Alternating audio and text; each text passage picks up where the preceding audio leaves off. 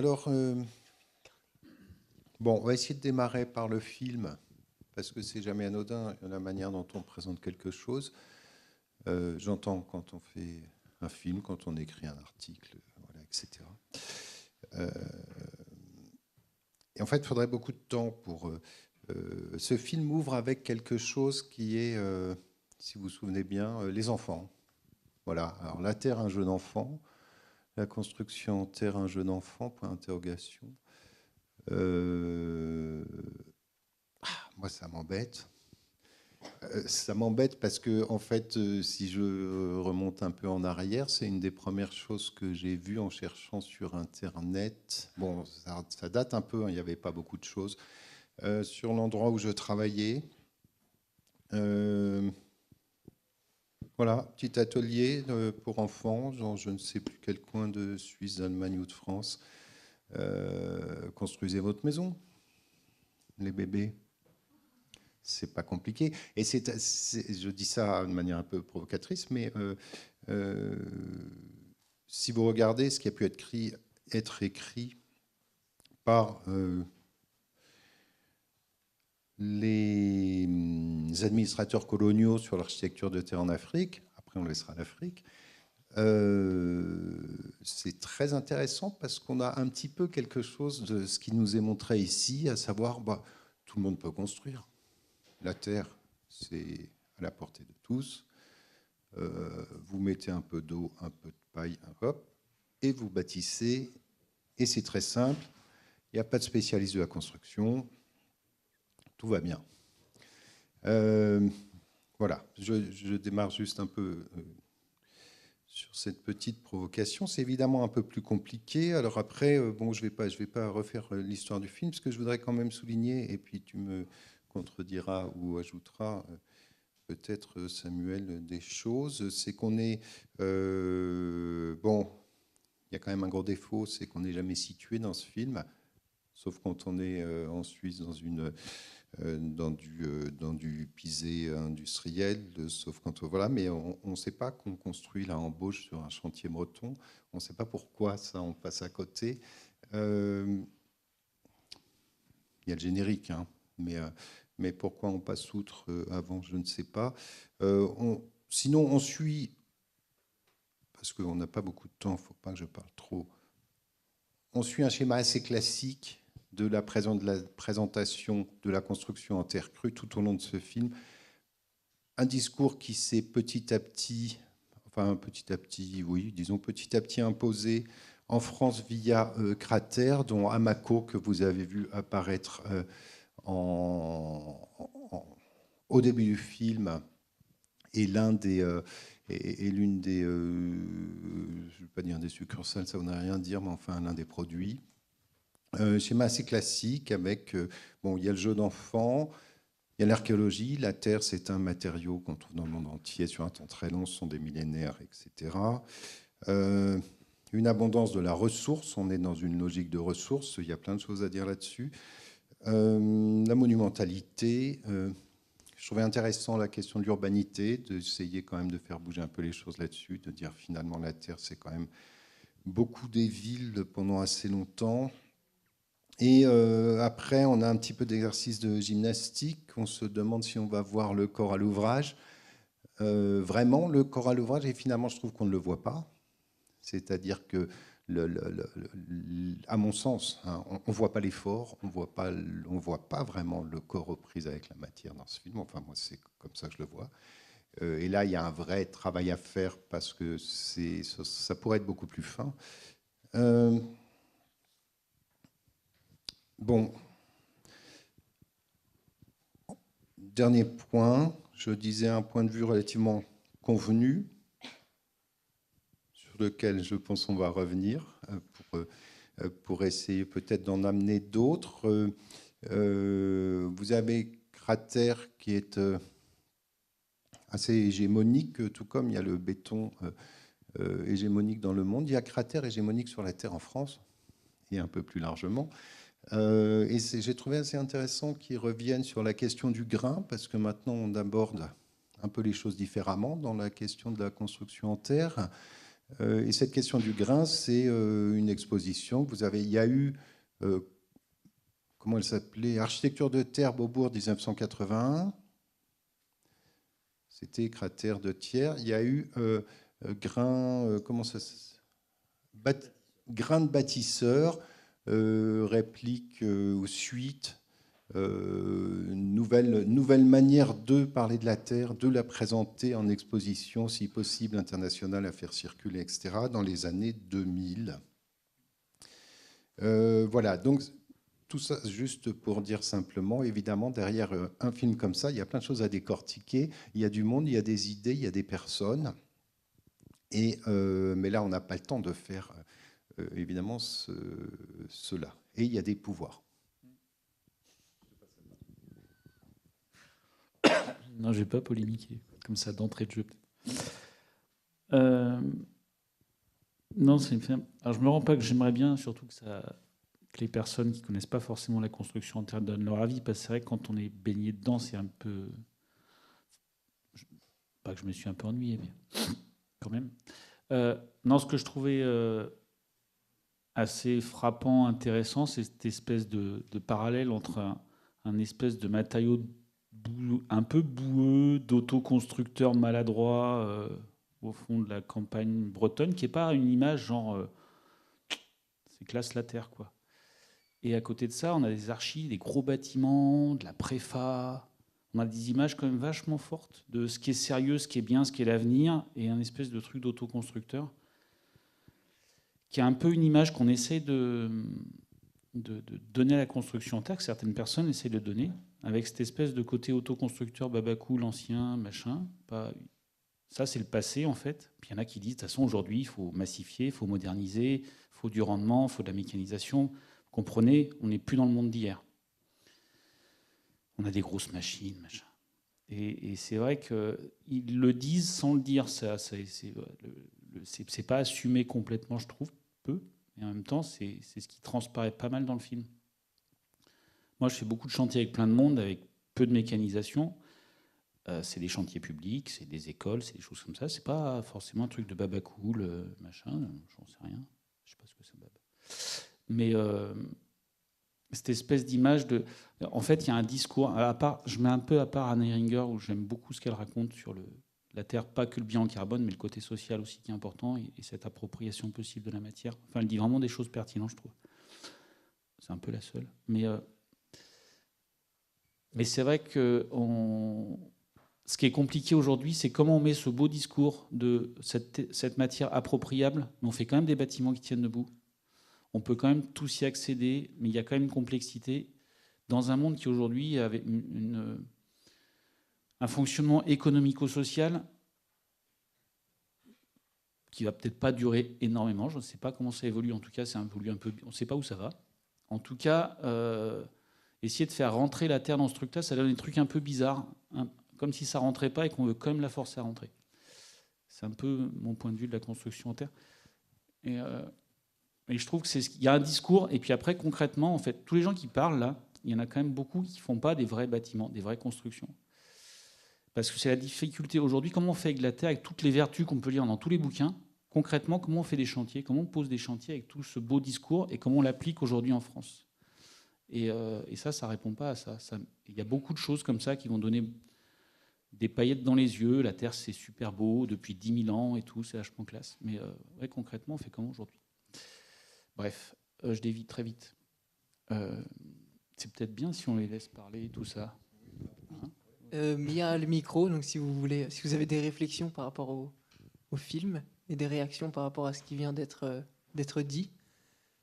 Oui, vous voulez dire là, en termes de construction terre aujourd'hui, par exemple, ça pose des questions vis-à-vis de, j'imagine, la réglementation thermique, la réglementation sismique. Et du coup, effectivement, c'est un petit peu idéalisé, mais dans la réalité, en tout cas en France, avec les réglementations, tout ça, c'est peut-être ça, enfin, un des points, j'imagine, peut-être pas le seul. Bah voilà, c'est peut-être pour développer un peu plus le propos. Pardon. En fait, c'est un des sujets assez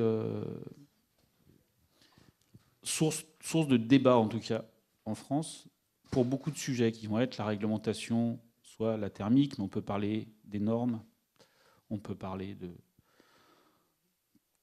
tous les sujets en fait, qui vont être le cadre réglementaire économique français, occidental, où la Terre a énormément de mal à rentrer. Donc, en fait, il y a deux, on va dire, de façon assez basique, il y a deux approches. Soit l'approche dire, eh ben, c'est pas grave, la Terre, elle va se plier, elle va rentrer. Voilà. Et puis une autre approche qui est dire, eh ben, c'est pas grave, le cadre, il va se plier à la Terre. Parce que c'est pas pareil et ça permet de re-questionner un peu des choses avec lesquelles on n'est pas forcément d'accord. Si on prend la thermique, c'est très simple. En fait, c'est que la Terre fonctionne bien, mais fonctionne très mal dans la manière qu'on a d'appréhender la thermique aujourd'hui. Où on va chiffrer des lambdas, des aires de paroi, un comportement qui est fait pour marcher avec la laine de verre et du placo. On n'a pas de la laine de verre, ça ne marche pas pareil. Donc soit on essaye de se plier dans ce truc-là, et puis du coup on fout des isolants sur la Terre parce que c'est pas assez isolant, soit on se dit en fait ça ne marche pas comme modèle, on va travailler autrement. Mais c'est pas facile, parce que la réglementation thermique qui est environnementale, c'est une réglementation, c'est obligatoire. Donc c'est vrai que c'est un peu toute cette complexité, et c'est source de beaucoup de débats en France sur est-ce qu'on essaye de prouver que la Terre c'est différent et faire autrement, ou est-ce qu'on essaye de se plier et de la faire rentrer dans le moule? Moi je crois plutôt que la Terre apporte des solutions pour demain, qu'on est dans une société où on a un cadre du bâtiment. Enfin, là vous êtes archi, c'est vrai, enfin, c'est pas pour être pessimiste sur l'architecture, je pense que le métier va évoluer, mais aujourd'hui le nombre d'architectes que je vois démissionner de leur boulot parce que le cadre de travail devient trop lourd administrativement, économiquement, etc. C'est pas un cadre de conception, c'est le cadre qu'il y a autour qui fait qu'on fait faire bâtiment en France aujourd'hui. J'espère que ça va évoluer parce que là, ça devient intenable, enfin, c'est pas agréable de travailler là-dedans, quoi. Voilà. Donc, plus pour que le cadre évolue. Et la Terre, elle peut permettre ça. Oui, je voudrais ajouter, alors je ne sais pas si ça vient compléter. Ce que tu soulevais, effectivement, le film est caricatural dans sa construction. C'est assez intéressant, ces chantiers de Baba 21e siècle, qui ressemblent à ceux du 19e, non du 20e. Et la mécanisation, etc. La meilleure partie, c'est bien ce que tu soulevais aussi, enfin, pour moi, dans ce qui est dit dans la parole, c'est bien celle de cette architecte Anna Heringer.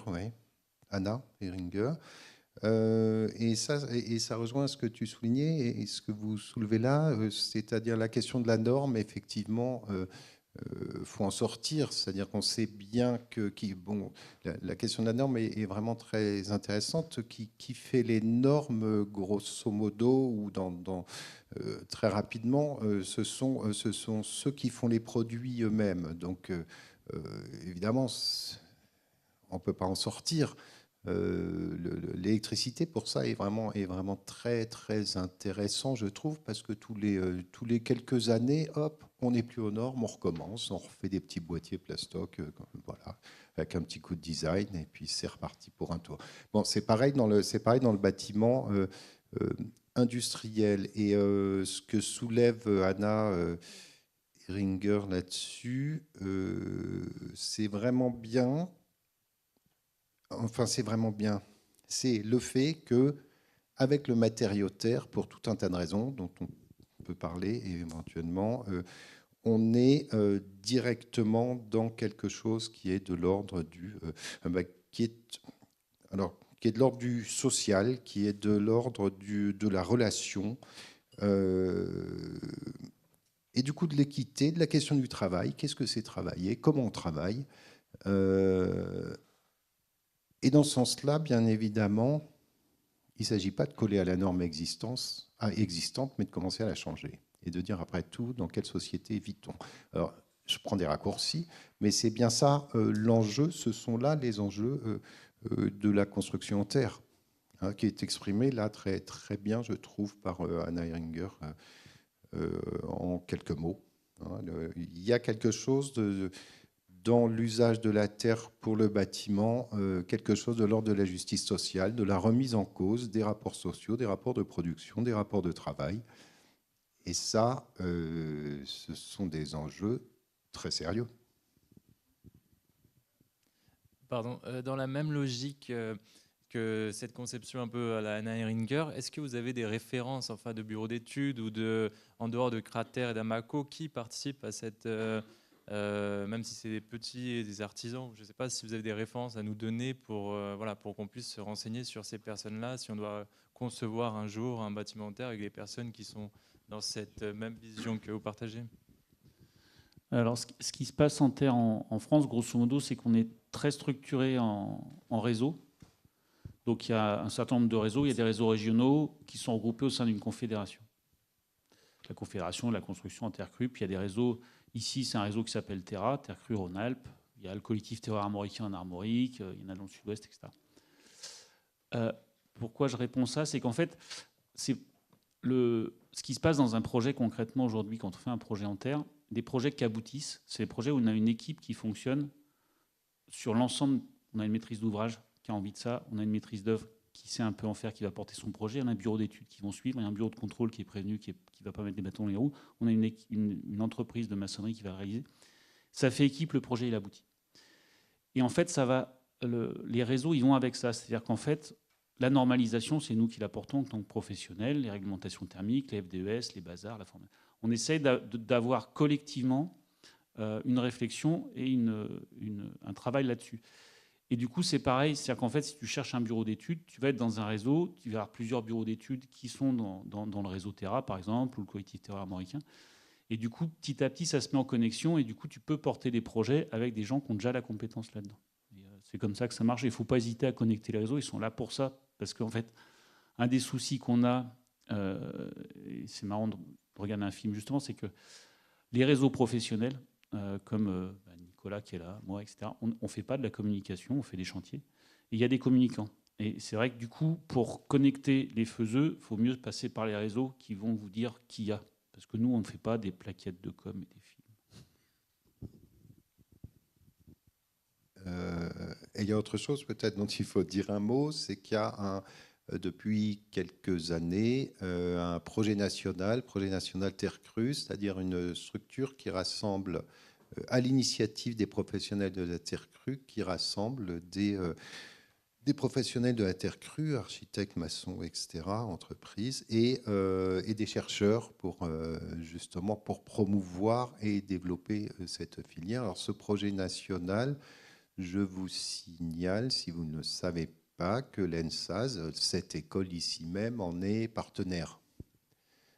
Mais qu'on a bien du mal enfin je dis on, je me sens un peu seul, mais il y a Jean-Pierre Schwartz qui est également investi dans ce réseau et qui est dans cette école. On a bien du mal à en parler, à en faire parler et à avoir des activités autour de la terre crue à l'école, puisque vous le savez, c'est pas très à la mode, même si ça a tendance à le devenir peut-être un peu. Oui. Déjà, merci d'avoir souligné un peu le caractère caricatural du documentaire.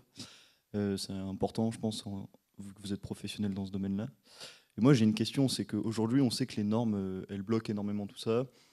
Je pense qu'elles ne sont pas prêtes de changer. La direction, la dernière RE 2020, les paliers qu'elle propose, ils ne vont pas du tout dans cette direction-là. On le sait. Et comment on pourrait appliquer la terre aujourd'hui, malgré ces normes? Est-ce qu'il y a des initiatives, des choses qui marchent à grande échelle? Et une deuxième question, c'est aussi, on ne parle jamais de la conception, parce que nous, on est dans une école d'archi, on sait que la terre, ça passionne, et en tout cas, ça amène, et on en discute beaucoup, mais pour avoir fréquenté des chantiers, des briques de terre crue, on les pose dans les logements, et le lendemain, quand la personne a aménagé, il y a une plaque de plâtre devant. Parce que esthétiquement, ça ne répond pas. Et tout ça, on en parle très peu, il y a peu de communication qui est faite dessus. Donc est-ce que le réseau met des choses en place pour sensibiliser aussi le grand public en dehors des écoles d'architecture? Je vais répondre à la première question. Juste pour information, le cadre normatif, il y a quelque chose qui n'est pas très, très bien connu chez les professionnels du bâtiment, quels qu'ils soient, archi, ingé, maçon, machin. En gros, il y a les réglementations, et dans ces réglementations, il y a une loi qui oblige à l'assurance. Cette obligation d'assurance fait qu'en fait, on a un cadre normatif, des textes normatifs sur lesquels on s'appuie les assureurs pour vous couvrir. D'accord ? La terre a des textes. Ils n'ont pas été validés officiels, ils n'ont pas été validés par une organisation qui s'appelle la Commission de prévention produits. Bref, ils n'ont pas été validés par les assureurs, mais ils existent. C'est-à-dire qu'en fait, nous, on a pris le choix au niveau de la normalisation, parce qu'un texte réglementaire, c'est quoi? C'est qu'on va poser tous nos savoir-faire sur un papier, c'est ça le principe, et se dire que si on a suivi le papier, normalement, le mur, il tient debout. Et en fait, nous, au niveau de la Terre, on a dit, en fait, comment on fait pour faire ça? Donc on essaie d'avancer aujourd'hui avec le projet national. L'objectif, c'est notamment d'avoir des billes scientifiques pour avancer un peu sur des sujets comme la portance des murs, la résistance sismique, etc. Mais on a quand même fait des textes, c'est-à-dire que la norme, on l'a pris en charge. Donc nous, on a posé des textes qui s'appellent des guides de bonne pratique, où on s'est rassemblés en tant que professionnels, on a tous mis ensemble nos compétences de façon à poser un texte qui explicite un peu qu'est-ce qui fait qu'un mur tient debout, comment on s'y prend. Donc on a posé nos savoir-faire. Une norme, à la base, c'est ça, c'est les compagnons, c'est les règles de l'art, c'est on pose nos savoir-faire quelque part sur un papier. Donc ça, c'est fait, en fait. Et du coup, on s'appuie là-dessus pour être assurable. Mais on n'a pas encore rentré dans la case classique qui est de dire c'est les assureurs qui vont regarder ça avec un point de vue d'assureur, c'est-à-dire économiquement, est-ce que ça va me coûter cher de couvrir des bâtiments, et est-ce que ce texte permet de savoir qui va payer s'il y a un problème. Voilà. On est resté sur, finalement, un assureur, c'est quelqu'un à qui on donne de l'argent, qui nous en rend si on a un pépin. Donc on va reprendre cette relation-là, et on va refaire ce qui se passe un peu, qui est intéressant en France, c'est qu'on est vraiment sur des rapports de force. C'est ça, en fait. C'est-à-dire que la Terre, c'est hyper mode. Voilà, maintenant, tout le monde en veut. Saint-Gobain en fait. C'est parti. Voilà. Et en fait, tout le débat qu'on a avec les assureurs et les bureaux de contrôle, et du coup, c'est ce cadre normatif qui est à côté, c'est si on fait tous corps à se dire, en fait, la Terre, c'est comme ça que ça marche. En fait, les assureurs, ils ont envie de ce marché-là, il se développe, ils le veulent. Donc, si on fait corps ensemble, ça marche. Si on ne fait pas corps ensemble, ça peut se compliquer. Si Saint-Gobain arrive à répondre et faire corps avec Lafarge ou autre pour prendre ce marché-là, ça peut se compliquer un petit peu. Heureusement, la Terre a cette faculté d'être très très compliquée à industrialiser, ce qui pour l'instant nous a sauvés. Et aujourd'hui, l'énergie commençant à coûter un peu cher, l'industrialisation risque d'être impossible. Du coup, on devrait être sauvé par ça. Mais si on arrive à continuer à garder ce principe de, en fait, il y a plein de façons de faire, il y a plein de personnes qui font, mais voilà, on représente la profession, on repart sur un réseau et on rédige nos propres normes et nos propres façons de faire pour décrire comment on construit.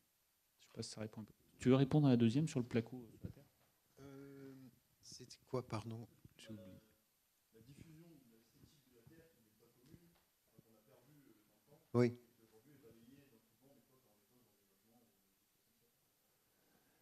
Oui, alors là, c'est la méconnaissance, en fait. C'est vrai que d'un côté, on a les amoureux de la Terre, et on l'entend dans le film avec des petits oiseaux et tout ça, donc on est un petit peu embêté parce que ça fait un peu limité le coup des petits oiseaux.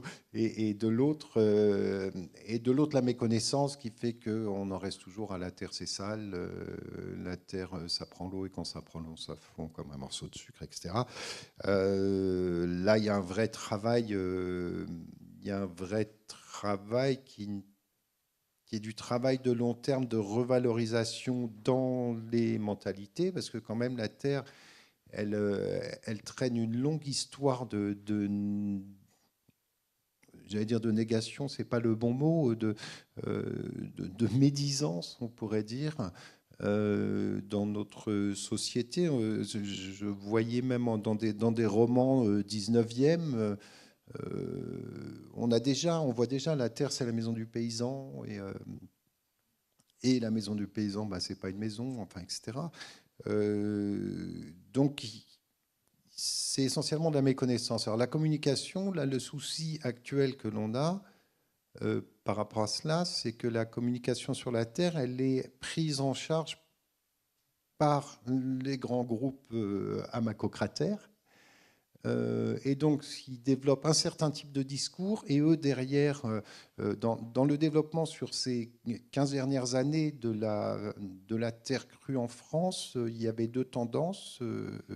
Tendance cratère, on industrialise, allons-y à fond, et tendance de ceux qui travaillent au PN, le reste, les autres, les artisans, Non, justement, si on industrialise, on perd, pour quantité de raisons, on perd la bonne raison de construire en terre. Mais eux ne s'occupent pas de la com. Et la com, pour l'instant, elle est prise en main par des gens qu'on ne voit pas tellement au travail, en fait, à part celui-là. Donc, là, il y a un vrai boulot de communication à faire et que le PN, le projet national Terre-Crue, pardon, pour l'instant ne fait pas vraiment, mais quand même, production des guides de bonne pratique, c'est quelque chose, c'est gratuit, c'est accessible, etc., etc. Mais c'est énormément de temps pour peu de moyens. Les moyens vont sur des grands... voilà, le cratère à Makos, c'est des... j'allais dire, c'est des pompes à fric, c'est un peu... C'est mal dit, mais il y a quelque chose de cet ordre-là. C'est-à-dire ils captent toutes les subventions et ils reproduisent un discours qui est le leur. Et voilà, finalement, au mépris d'un certain nombre d'autres choses. Mais bon, on n'est pas là pour faire le procès, peut-être, de cela. Non, sur l'esthétique, je voulais compléter, je pense que c'est quand même important. Vous êtes archi, la plupart, a priori, dans la salle ou futur. Et je pense que l'approche esthétique, même si elle est intéressante, importante, en tout cas, la Terre, c'est pas vendre une esthétique qui va faire avancer la Terre, je pense. Moi, tous les projets que j'ai faits, ce qui marche, alors je travaille plus sur du bâtiment public, sur des écoles. En fait, on en fait une, ça en fait faire d'autres. Il y en a plein. Et ça avance parce que les gens, ils viennent, ils mettent pas du placo, ils adorent, en fait. Et ils en veulent. Moi, j'ai pas eu ce problème-là de gens qui mettent un placo devant, en fait. Il faut pas se faire des fausses idées. Quand il y a une maîtrise d'ouvrage qui va vouloir mettre de la terre, en fait, moi, dans ma vie de maçon, j'ai pas été confronté à ça. J'étais confronté à des gens qui étaient hyper contents d'être dans de la terre. Et par contre, ce que j'ai trouvé très dur, c'est la promotion des images de la construction en terre. Parce qu'après, les personnes avec des images, elles veulent du Pisé à la Martine Raoult avec les petits trucs de couleur, là, c'est classe. Ils veulent tous ça.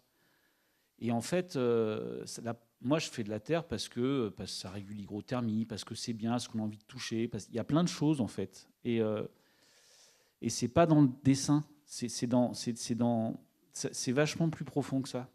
Et faites attention avec l'image de la Terre. En fait, quand on voit des projets arriver dessinés par des gens qu'on n'a jamais fait juste parce que c'est un joli trait et c'est marron, en fait, c'est horrible. On est là, non, mais vous avez... Ouais. Je me donne un droit de réponse. C'est une anecdote que j'ai vécue sur des chantiers. Il y a Kitanis qui est cité dans les films. Là. J'ai travaillé avec eux sur des chantiers à Biganos, ou dans des logements sociaux, notamment. On a...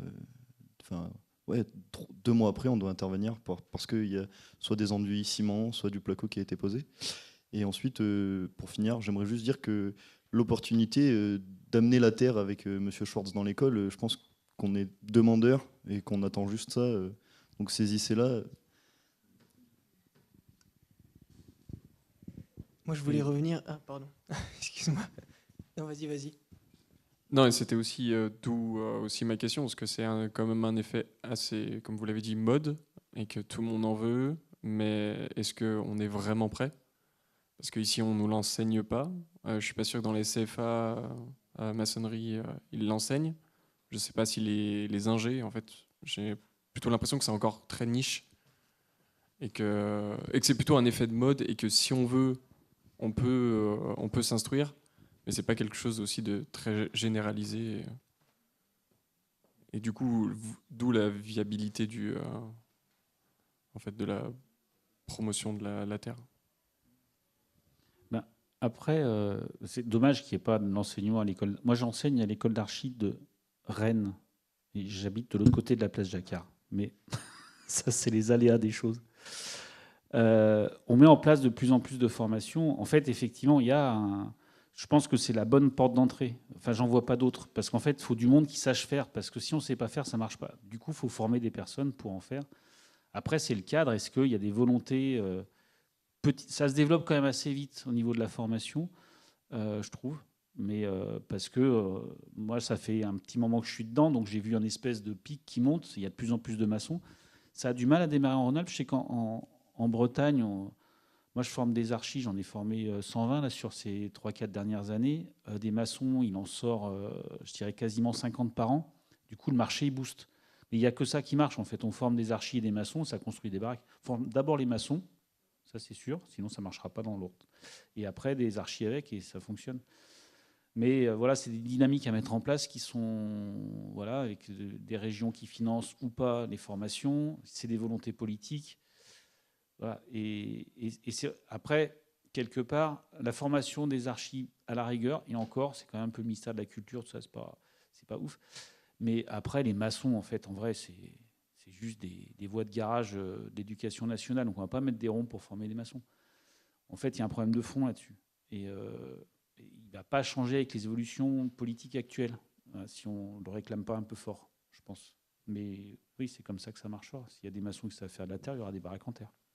Plus que si on fait de la promotion et des bouquins. Oui, au niveau de l'enseignement, je vois, moi, ça fait un petit moment que je suis là quand même, que c'est extrêmement... ça me semble, mais voilà, moi je n'enseigne pas l'archi, mais ça me semble extrêmement fermé au niveau des enseignants qui enseignent l'architecture. C'est-à-dire que j'entends depuis des années quand même, et je vois des étudiants qui me montrent qu'en fait, l'enseignement de projet, bon, qui est votre gros morceau tout au long des années, année après année, l'enseignement de projet, la question du matériau n'est pas posée. Le projet, qu'est-ce que c'est faire du projet, etc. C'est posé de plein de manières différentes, très intéressantes, etc. Mais le matériau, c'est quelque chose de secondaire. Ça vient très tard. Et ça vient assez peu. Le matériau, c'est le béton. Il n'y a même pas à discuter. D'ailleurs, il s'agit quand même d'appliquer tout un ensemble de normes qui sont celles du béton, etc. Donc, c'est très difficile. Et quand j'ai essayé, alors peut-être maladroitement, de voir ça avec des enseignants d'architecture, il y a une longue histoire, quoi, depuis toute l'aventure de la modernité. On est encore très engoncé là-dedans. Et il faut vraiment il y a eu quelques enseignants qui sont passés dans cette école qui avaient vraiment qui étaient très engagés pour proposer d'autres choses et réfléchir à d'autres choses, comme Marcel Ruchon, je ne sais pas si vous l'avez eu comme enseignant, qui était très engagé. Avec lui, il se passait des choses, mais on est quand même pris dans un monde qui ne cesse de se répéter, dans des enseignements alors qui sont, je ne dirais pas qu'ils ne sont pas intéressants, hein, ce n'est pas du tout le propos, mais la question du matériau, elle est tellement puissante. C'est une chape de plomb, en fait. C'est une chape de plomb, c'est quelque chose d'international, c'est quelque chose qui a sapé, c'est tout le système capitaliste qui est dedans, qui est derrière, dont c'est un des moteurs. Donc c'est quand même imposé au monde entier. Donc au niveau des écoles d'archi, il faut y aller à fond. Et je veux dire, pour bouger et sortir de là. Et là, tant que d'une certaine manière, tant que les étudiants ou des enseignants vraiment ne s'engagent pas à fond, c'est vrai que ça a peu de chances de bouger. Et ouais, c'est compliqué. Oui, moi je voulais revenir sur l'aspect social. Parce qu'en fait, c'est pas si clair que ça. Enfin, en tout cas, dans le film, j'ai l'impression que le social, il est représenté dans des chantiers participatifs ou alors dans du bénévolat ou dans des formations. Donc, en fait, c'est pas vraiment... Enfin, voilà, j'ai l'impression que finalement, il n'y a que les maçons qui sont formés, donc ça concerne très peu de monde. Donc, quand on parle de la terre comme vraiment qui possède un pouvoir social, je trouve que oui, ça rassemble parce qu'il y a une philosophie, voilà, il y a quelque chose de fédérateur, mais concrètement, je trouve que ça repose quand même vachement sur du bénévolat ou du... Ok. Tu veux... Ouais. Alors en fait, il y a le social et le politique. Et c'est peut-être par le plan politique que c'est le plus intéressant de le prendre. C'est que il y a dans le matériau terre une sorte de résistance à se laisser enfermer dans ce qui fait le fondement de notre société, c'est-à-dire la démarche scientifique, la mesure, le chiffre. Ce qu'on n'arrive pas à enfermer dans des tableaux Excel, petit à petit, dans notre société, on ne sait pas quoi en faire et on laisse de côté. Et la Terre a cet avantage énorme qu'elle résiste. On a beau la triturer dans tous les sens, j'allais dire, elle résiste à des catégorisations simples. C'est-à-dire que finalement, partout où on la creuse, elle a ses caractéristiques propres et elle ne va pas réagir de la même manière à l'eau, au pétrissage, etc., etc. Et donc, il se passe quelque chose de directement de l'ordre d'une relation aux matériaux. Et là, on n'est plus du coup dans de la grande échelle. On est dans quelque chose au contraire de micro presque. Alors au niveau, alors je disais, c'est quelque chose de l'ordre du politique parce que effectivement, ça devient et toute la question de la filière terre crue dans laquelle tu es investi. Et donc de ces petits groupes éparpillés que rassemble maintenant, et depuis pas bien longtemps, la Confédération Intercrue, arriver à rassembler des tas de petits groupes éparpillés, des tas d'idées, de travaux, de savoir-faire, de connaissances qui se partagent, qui se remettent en cause en permanence et qui essayent d'avancer comme cela. Ce qu'ils proposent comme forme de travail, ça n'a rien à voir avec ce que propose et ce qu'applique notre société depuis un certain temps, l'industrialisation du travail. Et donc, on est dans du politique social. Voilà, c'est un peu bête, mais c'est un peu l'artisanat tout contre l'industrie. Voilà, que veut-on, que fait-on, et qu'est-ce que ça veut dire industrialiser, et qu'est-ce que ça veut dire être artisan ? Voilà, c'est quand même des relations au monde et des relations sociales qui ne sont pas les mêmes. Et des relations aux politiques aussi qui ne sont pas les mêmes parce que, évidemment, comme la Terre résiste, enfin, c'est une image, mais ce côté subversif politique de la Terre qui ne se laisse pas enfermer dans des éprouvettes ou dans des, voilà, oui, dans des éprouvettes, disons. Zut, j'ai oublié mon idée. Ben, je te passe la parole. Alors, deux choses. Alors, il y a 2 semaines, j'ai organisé une rencontre, justement, avec pas mal de copains, copines, artisans, construction terre, pour se dire quels sont nos modèles économiques par rapport à nos idéaux politiques. Et donc, il y a de la SCOP, il y a de la SARL, il y a de l'association, il y a plein de formes. Sur des volontés. Ce qu'on constate, en fait, c'est qu'il y a plusieurs choses. Généralement, on est beaucoup plus nombreux que les autres corps d'État sur les chantiers. Il y a beaucoup plus de filles. Il y a quelque chose qui fait que les personnes ont envie de venir faire chantier aussi. Mais c'est pas pour ça que c'est du bénévolat, en fait. Mais c'est vrai que c'est des chantiers qui sont agréables parce qu'on est nombreux, parce qu'il y a des volontés souvent d'une certaine horizontalité, d'un certain partage. C'est plus ou moins mécanisé, pas forcément très mécanisé. Il y a toutes ces choses-là qui sont une autre façon de faire chantier. Et il y avait eu je trouvais ça intéressant, il y a quelques années, on travaillait sur du R+3 dans Rennes, un gros bâtiment, machin. Du coup, on s'était regroupés à plein.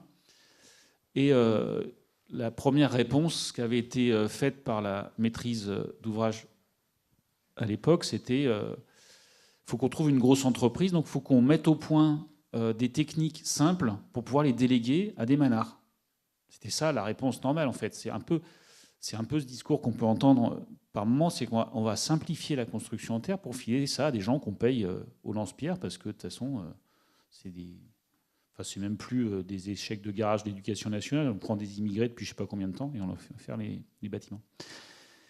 Et en fait, on a dit, maintenant, la terre, c'est compliqué, ça demande du savoir-faire, c'est pas très compliqué, mais il faut un peu de savoir-faire. On va s'associer en tant que petite entreprise, tous ensemble, pour arriver à répondre à des gros projets. Et c'est ce qu'on vient de faire là-dessus. Alors, j'étais pas dans l'équipe parce que j'ai quitté la Bretagne depuis, mais il y a un collège avec quand même un ouvrage assez conséquent. Du coup, il y a 3 entreprises qui se sont mises dessus parce qu'il y avait besoin de monde. Et sur le pari, en fait, c'est des gens compétents, c'est des gens conformes, il y a tout ça. Et du coup, après, il y a comme dans plein de domaines, on apporte chacun de nos réponses. Moi, ma structure est très particulière, c'est un modèle associatif, etc. Et d'autres, c'est des scopes.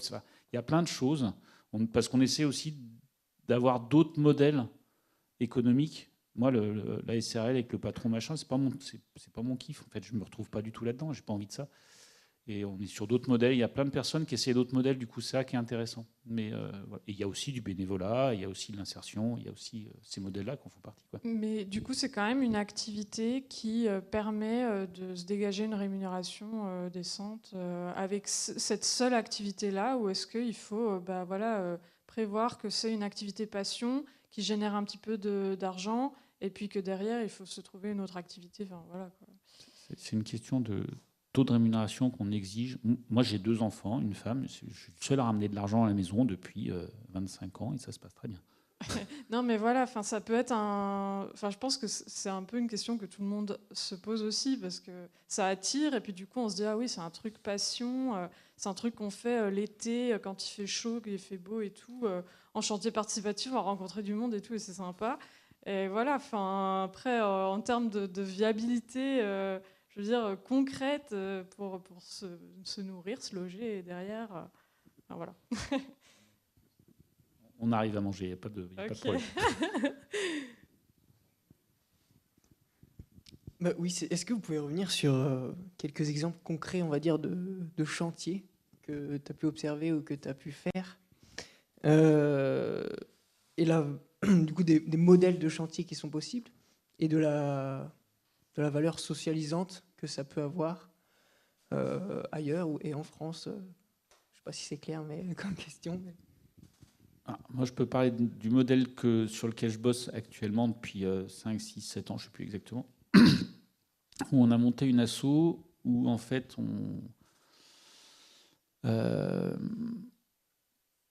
donc on répond à des marchés publics ou d'intérêt public au coût artisan. Donc, moi, je vois à peu près comment je fais un devis. Des fois, je consulte des copains pour dire, voilà, qu'est-ce que tu en penses ? Ouais, je suis à peu près dans le même coût, machin. Donc, voilà, on répond à ça. Et en fait, après, on met en place, l'idée, c'est de mettre en place des dispositifs. Alors, un des trucs qu'on fait beaucoup, c'est faire de la formation, mais de la vraie formation, pas formation sur chantier, la formation à côté, parce que moi, je suis formateur. Et j'échange 2 journées de formation contre 3 jours de chantier. C'est à peu près les coûts à 17 € de l'heure en formation. Ça fait 3 jours au SMIC, machin. Bref, peu importe, j'ai fait des espèces de savants calculs pour avoir une espèce d'équité d'échange. Mais l'objectif, c'est de donner accès à de la formation un peu, voilà, à des personnes qui ne sont pas dans les bonnes cases, qui n'ont pas accès à de la formation parce que pour 15 000 raisons, il y a toujours plein de raisons de ne pas avoir accès au financement public. Et derrière, ils font du chantier, mais un vrai chantier. Par contre, on est en condition de chantier, puis on envoie du chantier. Voilà. Et j'aime bien ce dispositif parce que du coup, on fait des chantiers à 10 personnes. Et puis après, on s'autorise, parce qu'il y a du monde, on peut s'autoriser de faire des expérimentations. Donc on essaye de nouveaux trucs à chaque chantier. On essaye plein de choses et on s'est décompressé d'espèces de stress de rentabilité de chantier. On en a un peu. Moi, régulièrement, je me calme, mais voilà, je suis à un chantier, je suis souvent stressé. Putain, il faut qu'on avance, il faut qu'on rentre, machin, ça. Mais on essaie de l'enlever en mettant des gens, en remettant de l'humain, avec ce modèle-là d'échange, machin. Et puis après, on fait des animations pour les gamins, on fait plein de choses. On dépense l'argent autrement que juste... voilà. C'est un modèle. Voilà. Après, j'ai un copain à la ronde là, qui est à de l'amateurage, qui a monté sa structure. Il est sur une scope ultra horizontale. Tout le monde s'implique, tout le monde machin, qui pose des questions aussi.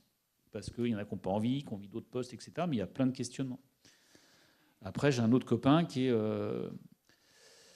lui a décidé que l'entreprise, c'était un moyen un bel outil dans notre société actuelle. Du coup, il embauche tous ceux qui veulent.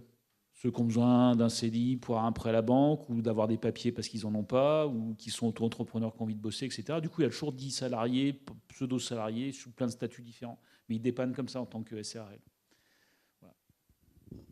Aussi avoir ton avis, Luc, sur ce que tu as pu observer.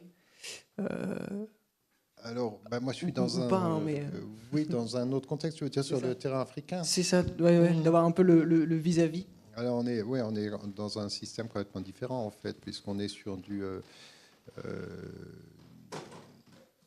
dans le système qui a fini par ne plus exister, on n'est pas dans un système monétaire, on est plus sur de la société, là où j'ai travaillé, dans plein d'autres sociétés. D'ailleurs, à travers le monde, elles sont aussi assez nombreuses, ou elles l'étaient plutôt, dans un système où on est plus sur de l'échange de services, c'est-à-dire qu'il y a énormément de choses qui sont de l'ordre du collectif, et donc des groupes qui se forment. Et construire participe du collectif. Construire est le maçon qu'on appelle pour venir construire. C'est quelqu'un qui vient vous rendre un service. Et le service que vous lui rendrez en retour, il peut être complètement d'un autre ordre. Il sera souvent d'un autre ordre. Par exemple, vous irez l'aider dans la culture de ses champs. Et je prends cet exemple qui est le plus simple. Après, il y en a des plus complexes. Mais on ne va pas rentrer dans le détail. Donc, ce que ça draine comme relation sociale, c'est pas du tout du même ordre, mais pas du tout du même ordre qu'ici, j'entends, bien que finalement, on est quand même dans un accent très important sur le fait qu'un accent social et des liens sociaux et de qu'est-ce que c'est que vivre en société, vivre avec les autres, les rencontrer, faire avec eux, c'est quelque chose d'extrêmement important. Faire ensemble, ça développe évidemment des rencontres, mais ça développe aussi une connaissance, ça développe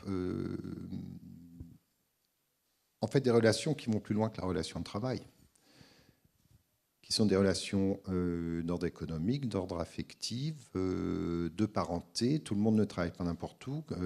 Le chantier, sa boîte du collectif, c'est pas n'importe quel collectif. C'est-à-dire, bon, c'est pas indifférencié. C'est-à-dire qu'on construit.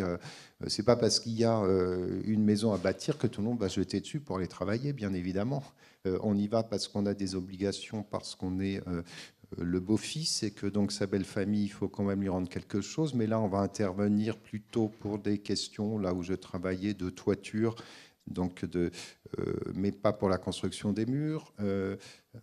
Voilà, il y a en fait des véritables organisations pour tout un tas de raisons différentes pour les tâches, suivant des liens de parenté, suivant la raison pour laquelle on construit, c'est-à-dire pourquoi on a quitté la maison de son père pour aller construire la sienne. Ça va rentrer en ligne de compte pour savoir qui vient aider, qui va vous aider et d'ailleurs où vous vous installez aussi. Donc il y a plein de configurations sociales qui se mettent en place. Je ne sais pas comment en parler en deux mots en fait. C'est difficile. Ouais, en tout cas, c'est assez puissant d'avoir un matériau qui remette à lui seul ou par lui-même le modèle économique, on va dire. On va devoir bientôt conclure, mais j'avais une dernière question un peu plus vague, on va dire. C'est est-ce qu'on peut imaginer une architecture en terre qui soit périssable? Ou bien est-ce qu'il faut l'envisager plutôt sous l'angle d'une architecture durable, de laquelle on prend soin et qu'on entretient tout au long de sa vie et de ses occupations différentes? Du coup, une architecture qu'on entretiendrait? Ou bien est-ce qu'on peut en faire une architecture périssable, consommable, compostable, comme pourrait l'être une architecture en plastique, comme ça a été pensé par certains architectes des années 60 et tout ça, quoi. Je sais pas. Enfin, je vais te passer le micro parce qu'il y a plein de manières de répondre à cela, mais il y a évidemment la question du comment on la produit. C'est-à-dire qu'on est dans une société où les échanges sont essentiellement, ont pour fondement des échanges sont monégables, tournent autour de l'argent, tournent autour de valeurs qui sont celles qui sont chiffrables. Si on est complètement dans ce système-là, ça rend délicat l'affaire l'affaire de la construction qu'on pourrait construire pour détruire, comme on le fait beaucoup dans énormément de sociétés où on se permet justement le périssable parce qu'on adapte l'architecture et son habitat à l'évolution tout simplement de la famille. On a grandi, on détruit, on reconstruit. Il faut remodeler l'espace, et ben on casse et on refait parce qu'on arrive à faire aussi relativement vite et sur une énergie qui n'est pas celle de l'argent, qui est celle toujours de cette dynamique sociale de rapport, d'entraide, de réciproque, de faire communauté, solidarité pour le travail, etc. Donc là, on peut l'imaginer, mais ça change le modèle économique et social. Ça, c'est un des aspects de la question. L'autre que je trouve très intéressant, parce que moi, travaillant ou ayant travaillé, puisque aujourd'hui c'est un peu difficile d'accès, dans une société où je voyais que dans l'habitat, il y avait qu'en fait, on pouvait construire une habitation. Et puis, je revenais 2 ans après, cette habitation, elle avait déjà été rebattue, la terre écroulée, rebattue, parce que simplement on voulait la déplacer, alors que la celle d'à côté, ça faisait 50 ans qu'elle était là, elle était debout, et elle était toujours utilisée. Je trouvais très intéressant ces mouvements très différents de l'habitat. Et ce qui m'a frappé beaucoup, c'est que l'architecture ici, elle reste pétrie on pourrait dire, si on pense à Rome, à la référence, l'architecture antique, qui a longtemps été quand même la référence en école, on pourrait dire pétri de suffisance, le bâtiment qu'il faut poser, qui doit être grand et qui doit durer dans le temps, parce que c'est l'image d'une continuité de l'État, de la société. Voilà. Cette idée qu'on construit toujours pour une éternité, en fait, c'est terrible. Cette architecture, c'est terrible cette architecture. Je veux venir par là. Il ne faut pas que je sois trop long. Il n'y a pas le temps. C'est terrible parce qu'en fait, on est complètement inadapté aux changements ultérieurs. Le béton, pour ça, est très intéressant d'ailleurs parce qu'on a du mal à transformer avec à le faire bouger, à le reconcasser pour en faire autre chose. On ne s'en sort pas du tout. Et on est, nous, dans une logique où, pour revenir et boucler ça, parce qu'il faut aller vite, on est dans une logique où bâtir, c'est bâtir pour transmettre aussi.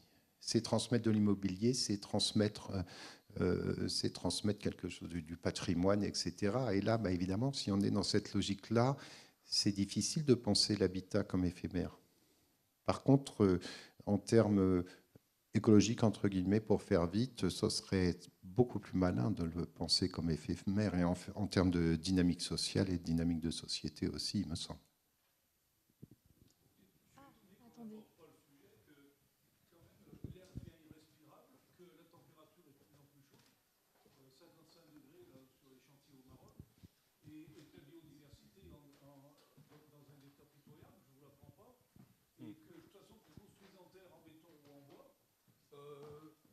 Priori, bon, tu vas me dire, moi dans 15 ans, j'aurai 81 ans, donc c'est plus tellement mon problème. Mais franchement, il faut s'ouvrir les yeux et puis dire on arrête de construire, quoi. Il faut utiliser ce qu'on a déjà qui est existant. Il faut bosser sur de la réhabilitation et puis vraiment très ponctuellement, parce qu'on a besoin d'une médiathèque, on a besoin de logements supplémentaires. Effectivement, on va trouver des bâtiments bas carbone. Enfin, cet après-midi, j'ai appris qu'on construisait en terre à Nancy avec de la terre qui venait de l'Isère. 436 km, quoi. Donc, ouais. Je suis passionné de la construction en terre, mais là, il faut pas trop exagérer, quoi. On pourra pas. Ouais. Et peut-être que certains pourront, mais les oiseaux, les cafards et les fourmis s'en sortiront pas, eux. Voilà, c'est tout. Excusez le petit coup de gueule. Et sinon, Luc, merci pour tes commentaires sur le film, que je suis à 100%. Mais je crois qu'il faut vraiment travailler sur la réhabilitation. Et quand on a un vieux bâtiment en Pizet qui est là, il faut arriver à comprendre pourquoi il a des pathologies. Ces pathologies, on va tâcher de les soigner. Et puis on fait confiance dans nos architectes pour qu'ils arrivent à réaménager ces volumes, à créer des ouvertures, à surélever, à agrandir. Mais pitié, de démolir, c'est beaucoup d'énergie, et de reconstruire, c'est énormément d'énergie, quel que soit le matériau. Oui, C'est fini, oui, hein, mais je j'en sais pas parlais ce pas soir. dans ce sens-là, mais je suis tout à fait d'accord aussi. Et voilà. Non, après, c'était juste pour répondre à la question. Moi, c'est vrai que j'ai eu un truc que je trouvais intéressant. C'était un aménageur qui était venu en formation parce qu'il était persuadé que de toute façon, le modèle de développement était tellement à l'ouest que d'ici quelques dizaines d'années, il fallait tout raser. Donc, autant faire en terre. Comme ça repart à la terre. Donc, c'était vraiment son approche qui était, je trouvais, intéressante. Et après, je sais qu'on se posait pas mal de questions avec un copain archi qui on a fait des projets où des fois on avait une crainte que les trucs s'abîment, que les trucs vieillissent, etc. On est arrivé à la conclusion, en fait, on s'en fout, ça évolue, ça se répare. Moi, je suis beaucoup je suis contre l'héritage et tout ça. Je suis plus vraiment, voilà, l'habitat on le fait évoluer, ça prend de l'énergie. Après, si on fait avec des matériaux comme les cailloux, la terre, les bouts de bois, machin, en fait, on réutilise, on reprend, on remodèle, etc. C'est du taf. Qu'est-ce qu'on se permet, qu'est-ce qu'on se permet pas? On peut se permettre des choses à nos échelles aussi. Moi, j'aime bien la notion d'évolutivité de l'habitat et pas de transmission d'un espèce de patrimoine en pierre qui bouge plus, quoi, que je trouve. En fait, on va transmettre des trucs qui sont pas du tout adaptés à nos gamins parce qu'on n'a pas du tout les mêmes besoins. Enfin, il y a des trucs qui fonctionnent pas. Voilà. Moi, j'aime bien faire évoluer, même si c'est un peu de taf, quoi. Bon, ben, on va s'arrêter là-dessus. Merci d'avoir réorienté un peu remis les points sur les i, on va dire. Et c'est peut-être nous qui n'allons pas s'en sortir et les fourmis vont s'en sortir. Voilà. Merci à tous.